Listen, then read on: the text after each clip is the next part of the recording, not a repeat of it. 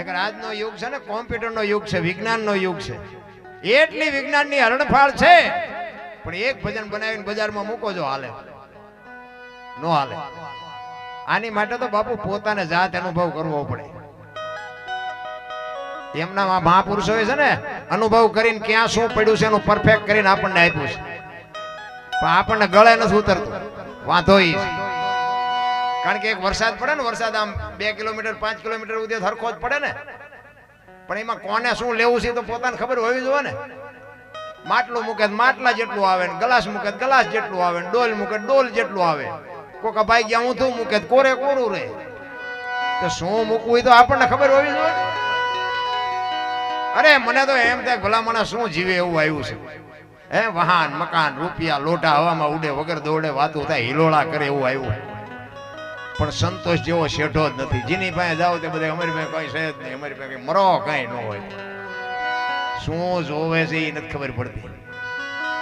અરે આપણા ગઢાએ બાપુ સારું કપડું નથી જોડ્યું, સારું જોડું નથી મળ્યું, 2 ટાઈમ સારો રોટલો નથી મળ્યો. રામ ઈને આપણને મોટા કર્યા, ભૂખ્યા ને બાપુ ખવડાવી અને પોતે ભૂખ્યા રહ્યા ને બાપુ એ પૂન કમાણા ને એ આજ આપણે હિલોળા કરીએ. તારે માગણ આવે તો ડેલીઓ આડી કરે, આગળ જાઓ આગળ આગળ જાઓ આગળ, આગળ ઠેઠ સુધી તારા જેવા જ છે, ક્યાં જાય આગળ. આશરાના ધર્મ માટે બાપુ કચ્છનો જાડેજો તમે જોવો તો ખરા. એક આશરાના ધર્મ માટે સતી તોરલ પોતાનો દેહ અડાણે મૂકી દે. મારા બાપ ક્યાં તમારે મારે દેહ મૂકવાના છે.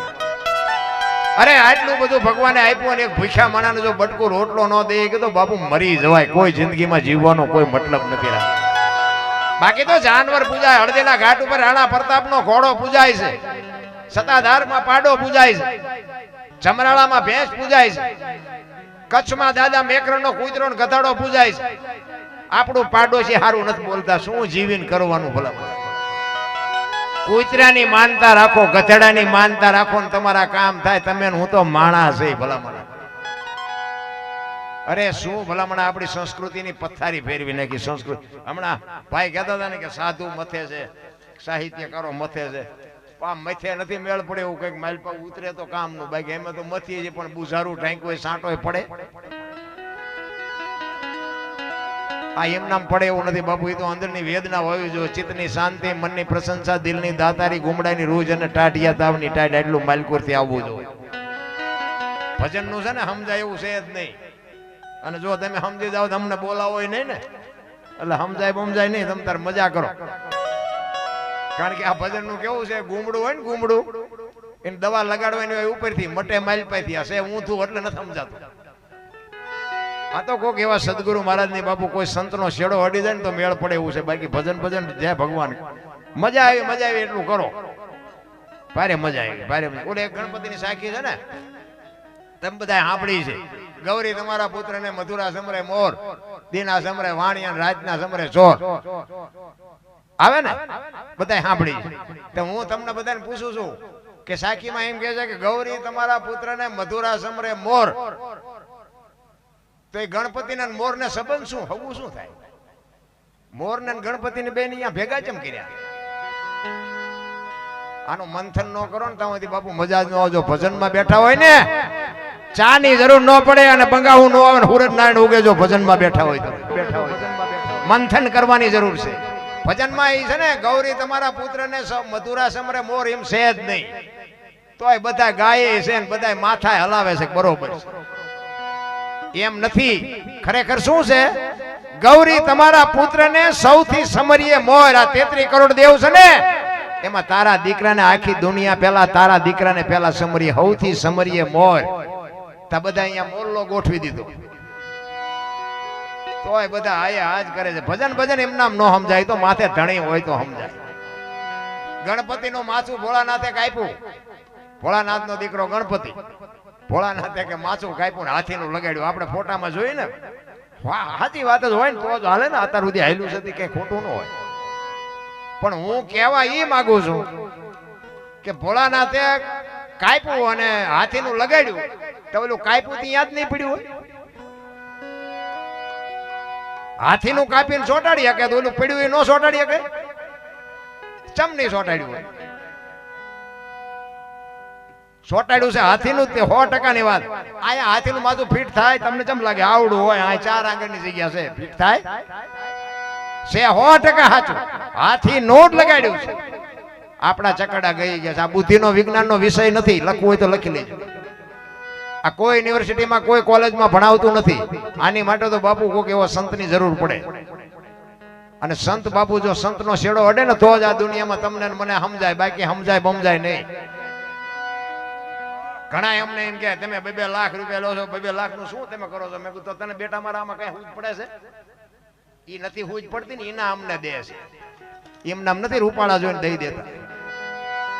સાંભળવું છે, સમજવું છે, દુનિયાને સાચું જોવે છે, નથી જોતું એવી વાત નથી. સાચું કોઈને કહેવું નથી. મુદ્દો ઈ છે. આ વાણી છે ને હરભુજી રામદેવજી બાપાના માસીના દીકરા ભાઈ થાય. હરભુજી ને હૈયે હરખ અપાર ઘોડલા ચરણતા દીઠા રામા પીરના ક્યારે ભજન બનેલું? રામદેવજી બાપા ને જયારે સોધામ જવાનો સમય થયો ને ત્યારે એમને કુટુંબ પરિવારને ભેગું કર્યું અને કીધું કે ભાઈ મારો હવે સમય થઈ ગયો અને મારી બધી તૈયારી કરો, પણ એક મારે તમને ભલામણ કરવાની છે કે મારી સમાધિ લેવાઈ ગયા પછી બ્રહ્મા વિષ્ણુ મહેશ આવીને કદાચ એમ કહે કે આ રામદેવજી મળ્યા હતા તોય તમારે સમાધિ ખોલવાની વાત ન કરતા. દુનિયા ગમે કે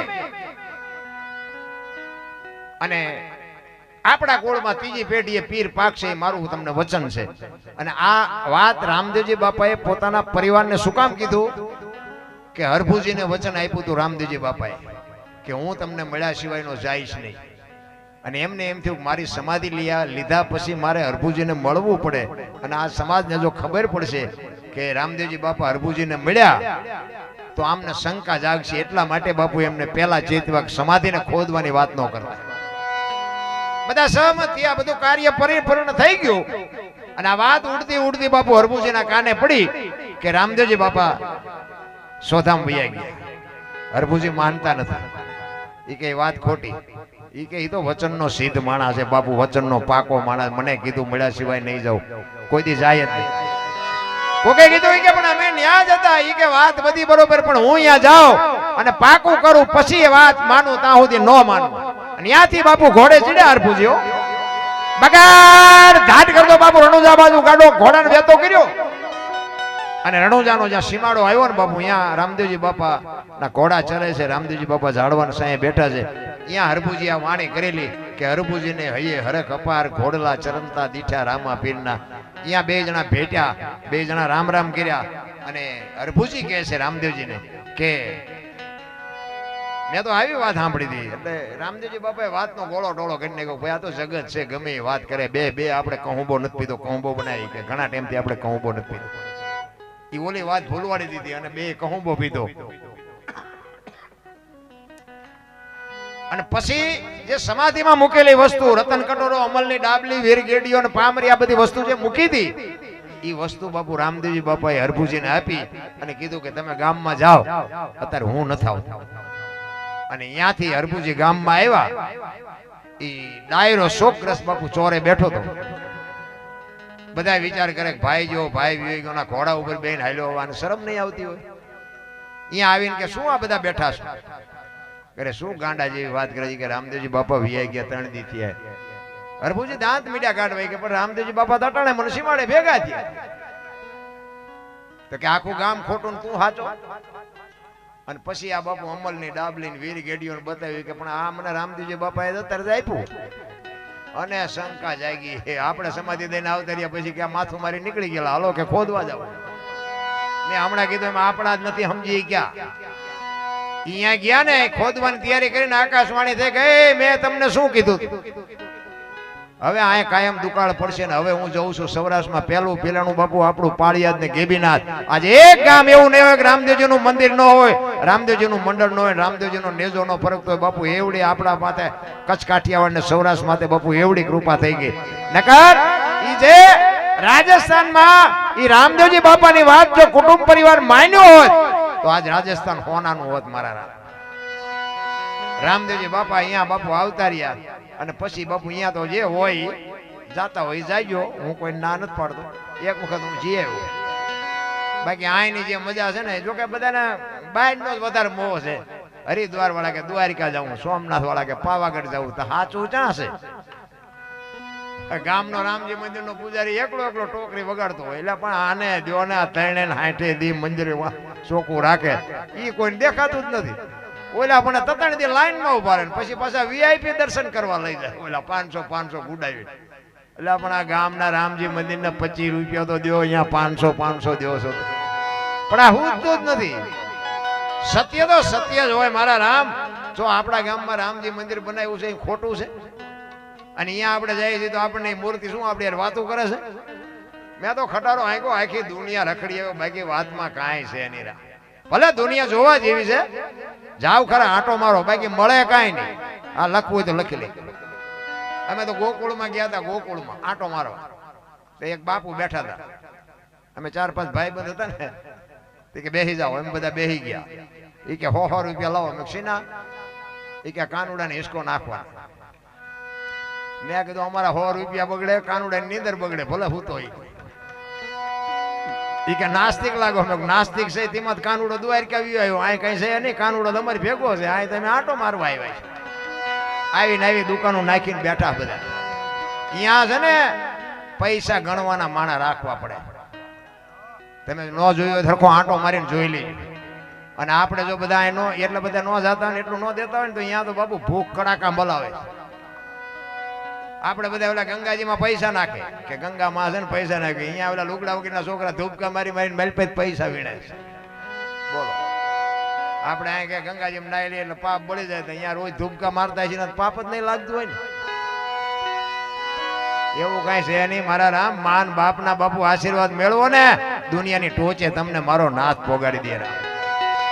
ઈ હરભુજીને ઈ પછી જયારે આકાશવાણી થઈ ત્યારે હરભુજી બાપુ ચોધાર આંસુ રડવા માંડ્યો કે આહા, આ તો મને મળવા માટે જ આવ્યો હતો, બાકી હું ઓળખી ન હોય. હું હરભુજી રોતો રોતો કે છે કે રે મારા બાપ, મેં તારા પગ ન ચાલ્યા, હું તને ઓળખી ન હોય મારા બાપ, હવે તને મારે મળવું હોય તો શું કરવું? ત્યારે આકાશવાણી થઈ અને કહે છે કે ગુગળ નો ધૂપ, ચોખા ઘીની જોત, ધોળી ધજા અને મારા નામના 5 ગાણા ગૌરવજો, કોઈ પણ 100 રૂપિયા હાજરી આપીશ, બાકી હવે તમને પ્રત્યક્ષ નહીં મળું. આ જોત ઉપર ભરોસો રાખવાનો બાપુ રામદેવજી બાપા. તમને વિશ્વાસ હોય કે ન હોય, મને અમને વિશ્વાસ છે કાંઈ ક્યાંક બેઠો હોય, પછી તમે ન સમજો એ તમારી મોજ બાપુ.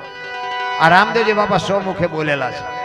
અને હમણાં આરતી કોઈક ભાઈ ગાતા હતા, 4 યુગની આરતી હતી ને, એમાં પહેલા યુગમાં પ્રહલાદ, બીજા યુગમાં હરિશ્ચંદ્ર, ત્રીજા યુગમાં ધર્મરાજા, અને ચોથા યુગમાં બલિરાજા. એ બલિરાજા વખતે બધું બંધ કર્યું અને કૃષ્ણ પરમાત્માને એમ થયું કે હારું આ પાઠની પરંપરા કાલની પેઢીને ખબર કેમ પડશે કે આને પાઠ કહેવાય. એ પાઠની પરંપરા ચાલુ રાખવા માટે કૃષ્ણ પરમાત્માને અવતાર લેવો પડ્યો. હવે અવતાર લેવા આડું બાપુ ઘર તો એવું પુનશાળી જોઈ ને કે જેવા તેવાને ઘરેથી અવતાર લે નહીં. અને અજમલ રાજાને દીકરાની ખોટ હતી, અને ઇતિહાસ લાંબો છે પણ આપ જાણે છે બધા. એ અજમલ રાજાને બેને ભેટો થયો અને રામદેવજી બાપાને કૃષ્ણ પરમાત્મા રામદેવજી બાપાનું સ્વરૂપ લઈ અને એ જન્મ, અને ત્યાંથી બાપુ આ પાઠની પરંપરા ચાલુ થઈ. અને ત્યાંથી આ નક્કી કર્યું ખોખડીની પ્રસાદી અને ગુગળનો ધૂપ ને ચોખા ઘીની જોત, બીજું ઊંડું ઉતરવાની કઈ વાત કરવાની નહીં. હું એ જ કહું છું તમને કે આ 33 જોત હોય કે 108 જોત હોય કે 1 જોત હોય, પણ જોત ઉપર ભરોસો રાખવાની વાત છે. જોત છે ને એ જ મહત્વની વાત છે. તમારી અને મારી એક અંદર જોત છે ને ત્યાં સુધીની જ મજા છે. બાકી આમાંથી કોઈ નહીં કે બાપ હોય, દીકરો હોય, માં હોય, પત્ની હોય, કોઈ હોય, એ જોત ઓલાઈ જાય પછી કાઢો થાય, કાંઈ છે નહીં, કોઈ દિવલ નહીં પૂરી. આટલી જ મજા છે બસ. ઈ જ જોત ઉપર ભરોસો રાખવાનો છે. એટલે